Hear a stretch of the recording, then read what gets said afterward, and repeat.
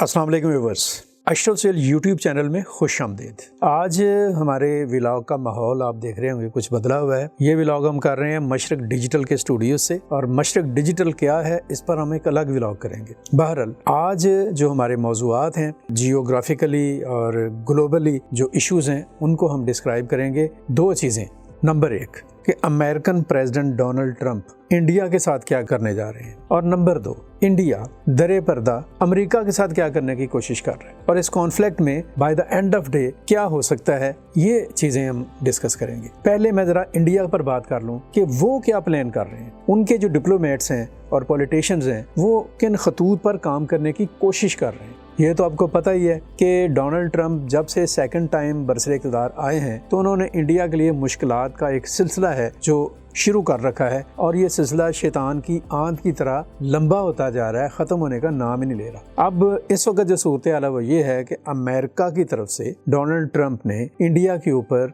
50% यानी 50% का टैरिफ तजारती जो एक टैक्सेस हैं वो आयद कर दी हैं। ये एक बहुत ही ह्यूज और बड़ा क्रिटिकल मामला है इंडिया के लिए, और खदशात इस बात के हैं कि अगर अमेरिकी सदर और अमेरिकन इस्टेब्लिशमेंट जो है उनकी जो अल्टीमेट उनके जो टारगेट्स हैं या उनकी जो मामलात हैं वो पूरे नहीं होते हैं तो ये जो टैरिफ है ये ज्यादा हो सकता है। अमेरिका एतराज़ कर रहा है इंडिया के ऊपर कि आप रशिया से सस्ता तेल खरीदते हैं, और रशिया से सस्ता तेल खरीद कर आप अपने हद तक रखें तो चलो समझ आ गई बात, आप फिर उसको महंगा करके पूरी दुनिया को बेचते हैं। अमेरिका जो है वो अगर आपके पास चीज़ें लेकर आए बेचने के लिए तो आपका टैरिफ आसमान से बातें करता है, और आप जब अपना सामान लेकर अमेरिका में आते हैं तो तवक्को करते हैं कि अमेरिकन टैरिफ जो है वो ज़मीन के साथ लगा हुआ हो। इसके अलावा अमेरिकन जो पॉलिसी मेकर्स हैं वो इंडिया को प्रेशराइज कर रहे हैं कि अब ये सस्ता तेल रूस से खरीदने का सिलसिला बंद करें, हम देंगे आपको पेट्रोलियम मसनूआत। उन्होंने ये भी कहा है कि आप ये जो इधर उधर से असला खरीदते हैं ना ये भी बंद करें, पैसा आपके पास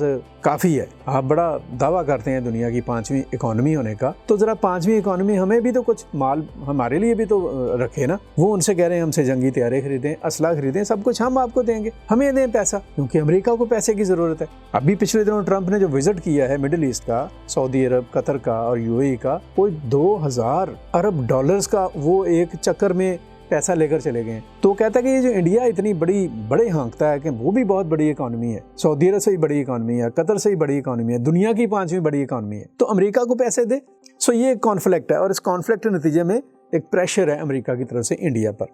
but under the cover Indian politicians and diplomats क्या करने की कोशिश कर रहे हैं, वो एक नेक्स्ट लेवल पर जाने की कोशिश कर रहे हैं। उनकी ये ख्वाहिश और ख्वाब है कि अब हम एक नया काम करें। नया काम क्या करें कि हम चीन के साथ हाथ मिलाएं, और जाहिर है कि चीन के हाथ पहले ही रूस के साथ मिले हुए हैं, रूस के चीन के साथ मिले हुए हैं। मतलब ये कि अब वो एक 3 मुल्कों का एक कोलैज, एक ग्रुप बनाने के चक्कर में रशिया, चाइना और इंडिया, ये उनका एक प्लान है। आप इसको जो नाम है वो रिक का दे सकते हैं, RIC, रशिया, इंडिया और चाइना। अब वो एक रिक बनाने की कोशिश में है, लेकिन इंडिया को ये नहीं पता कि वो जो बाहर निकल कर क्रीज से छक्का मारने की कोशिश कर रहा है पीछे से बड़ा खौफनाक विकेट कीपर भी है। और इंडिया ने पिछले 78 साल में जो चीन के साथ किया है वो चीन भूला तो नहीं है अमेरिका की शय पर, अमेरिका से दोस्ती के चक्कर में।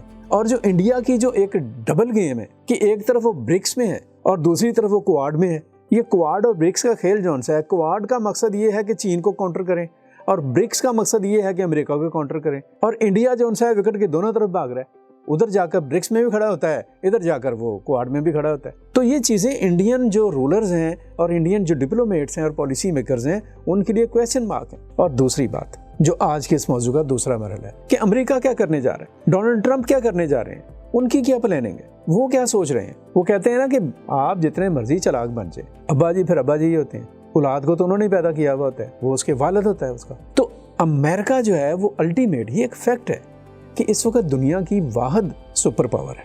अमेरिका इकोनॉमी के पॉइंट ऑफ व्यू से भी, और पॉलिटिकल आप कह लें कि जो उसके रिलेशनशिप है उस हवाले से भी, और आप उसको अस्करी हवाले से बात करेंगे तो उस लिहाज से भी एक वर्ल्ड पावर है, आप उसको चकमा दे रहे हैं। लेकिन वो आपको उल्टा रहा है, जैसे मैंने अभी थोड़ा सा आपको पहले ही बताया। और अभी जो अलास्का में मीटिंग हुई है ना पुतिन और US के प्रेसिडेंट ट्रंप की, उस मीटिंग के नतीजे अभी आएंगे सामने। वो इंडियन मीडिया के जो मखसूस सी लॉबी है ना वो डुगडुगी जा रही है, वो तो असल में पुतिन था ही नहीं, वो तो नकली पुतिन वहाँ पे गया। भाई नकली पुतिन जाए या असली पुतिन जाए, ट्रंप असली था اور اس کا میسیج بھی اصلی تھا جو اس نے اس کو دیا ہے رشیا کو.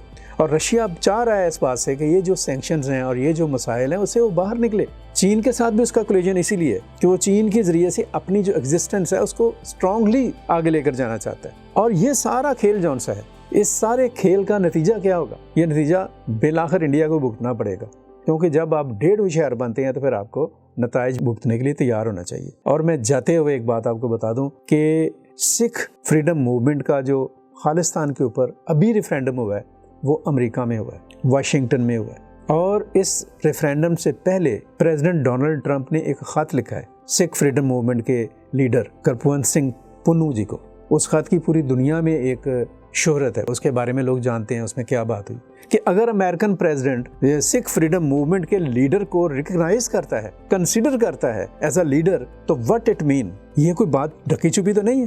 یہ انڈین ڈپلومیٹس کو اور انڈین پالیسی میکر کو دیکھنا چاہیے کہ کیا ٹرمپ پہلے مرحلے کے طور پر انڈیا کے ساتھ یہ کھیل کھیلے گا کہ انڈیا کا جو بی جے پی رجیم ہے اس کے ختم ہونے سے پہلے انڈیا میں خالصتان کے نام کی ایک ریاست کھڑی ہو جائے. اور اگر خالصتان کی ریاست قائم ہوتی ہے تو کشمیر کہاں پہ کھڑا ہوگا؟ یہ بھی ایک کویسچن مارک ہے. یہ بڑی اہم ڈیبیٹ اور بڑی اہم گفتگو ہے انٹرنیشنلی اور ریجنلی. اس کے اوپر بہت کچھ ہو رہا ہے اور اس کے بہت ساری پرتوں کو اور بہت سارے معاملات کو ہم انفولڈ کرتے رہیں گے. یہ چیزیں جو آپ سے گفتگو کر رہا ہوں ان کو ذہن میں رکھیے گا.